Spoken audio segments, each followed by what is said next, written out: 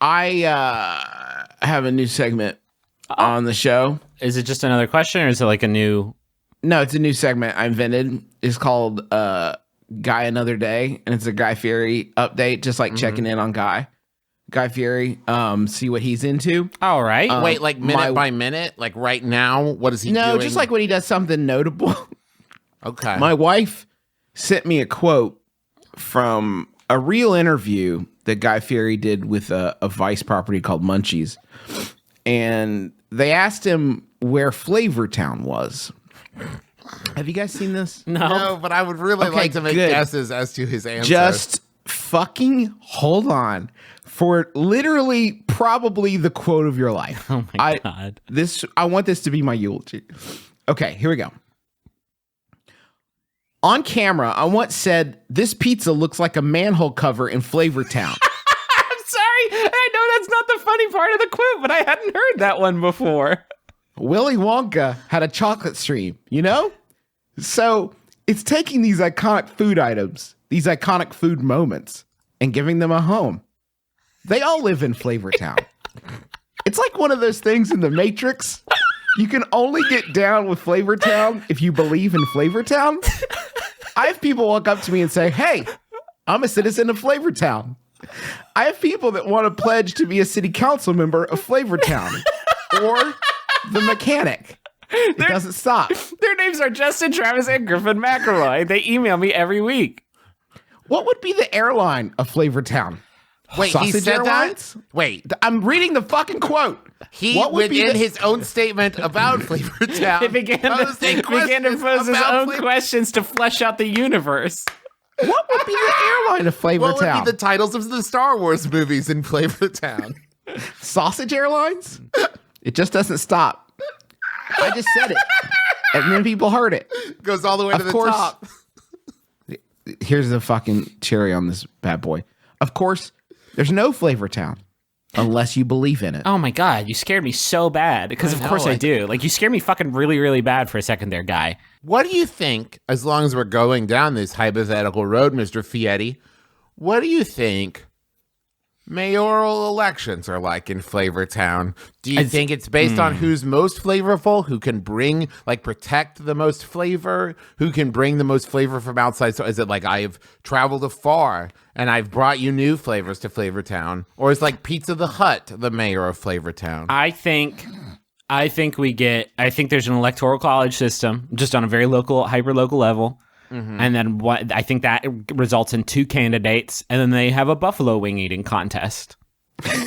Do you think what role does Mr. Fieri play in the politics and the running of Flavortown? Doesn't. Are you fucking kidding me? Guy Fieri wandered into Flavortown as one might wander into Narnia and discovered its dark secret. He was transformed by a satyr.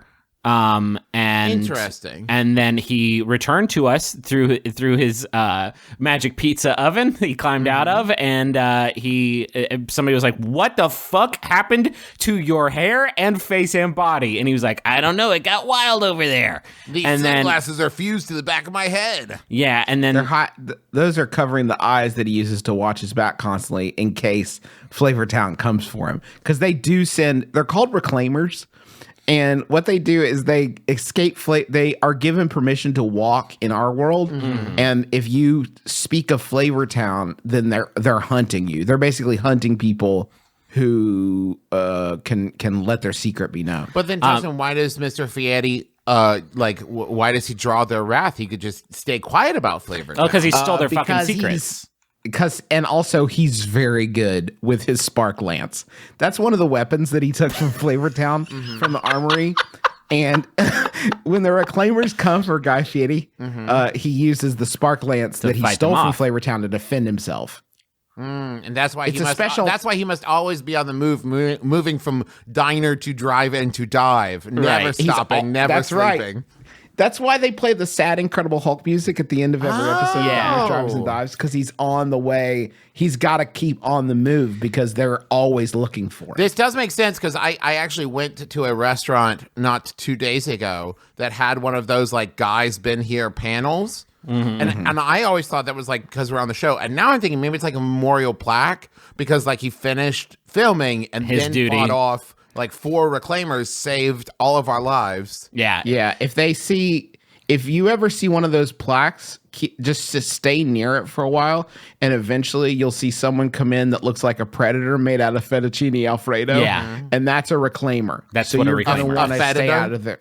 It's just Sorry? A fetator? no. Maybe Yeah, it's made of feta. Would that be better? It's not really. It's just Guy and his hot rod and his spark lance just driving from place to place, just trying to find the secret that's gonna get the Flavortown reclaimers off of his back. And really, the last Final Fantasy game was loosely based off of Guy Fieri's story. It's kind of like a cool crossover. Here's what the history books don't tell you. There was actually a time at which Flavortown and our world were one. Interesting. And they actually were torn apart, though there is a small like Venn diagram overlap in the pizza oven that Mr. Fieri uses to travel betwixt the two planes. Now, Mr. Fieri is trying to draw them back into overlap. That world was called the personal Pangea, right? Correct. And so Mr. Fieri is trying to pull the two worlds back into alignment. But now the government of Flavortown realizes that if that happens, they will lose all the control over their delicious citizens that they come to rely on and really bask in. So now, they're trying to stop the convergence, the flavor convergence. The flavor singularity, because it's going to, if he's unsuccessful, it's going to happen. And we're going to get like a shot of like an 8-year-old in Iowa or something. And she bites into a crisp, a Honey Crisp apple, and just fucking pizza sauce spills out of it. And she's like, Mama, something's wrong. And then you look up into the sky and it's just noodles, zesty noodles falling out. Well, that's the thing. It's like right now, everything you taste is maybe 1% of what the actual You die. flavor You would die. is. You would die. If you got a fucking unfiltered Flavortown, you would be destroyed. This is Absolutely. like The Giver, right? Only Mr. Fieri remembers flavor. And he has to tell us about it because flavor has been removed from our lives. But if this convergence happens, the flood of flavor would knock your tongue out the back of your head. Yeah. Yeah. And I'm not speaking metaphorically here. Yeah, it would knock your tongue. The secret is, and the thing that they're really trying to keep him from, is there is a tower that connects our world to Flavortown. Yeah. And in order to get to, you have to follow, they call them cream beams. They're beams made of different cream sauces. Yeah. And you can follow them to the tower that unites To the- And the our man who reality controls of it all Flavortown. is the sorcerer. And the sorcerer- sorcerer, The sorcerer he is... defends the cream beams, but he also like tries to keep interlopers out, you know? So he has to sneak past the sorcerer to get into Flavortown every time. It's truly a miraculous tale when you really sit down and think about it. If I can just stop for a second, because we always forget to do this. Fucking TM. Well, no, hold on. Sorry. TM. We can't TM Guy Fieri. I'm sorry, fellas. No, we can't do that. Okay, but it's fair use. TM, Big Giant Head LLC, TM us, don't steal this one. This one's got cinematic potential. This one's a movie. This one's our moneymaker. Can This we is the make- one we can finally retire on? Can we make a movie about the sorcerer who controls the all pillar that connects our world to Flavortown and our quartet across the cream beams, without including Mr. Fieri at all? Because I don't actually know that would be a good hang. I feel like the story's bigger than him at this point. Yes. You know, I feel like, if he won't get on board, somebody will. We'll name Give our me main Emerald character on the line. Guy Fieri. Oh, that's good. Listen, if we're gonna fund this film, we're gonna need some outside investment, and to get that kick started, let's head on over to the money zone.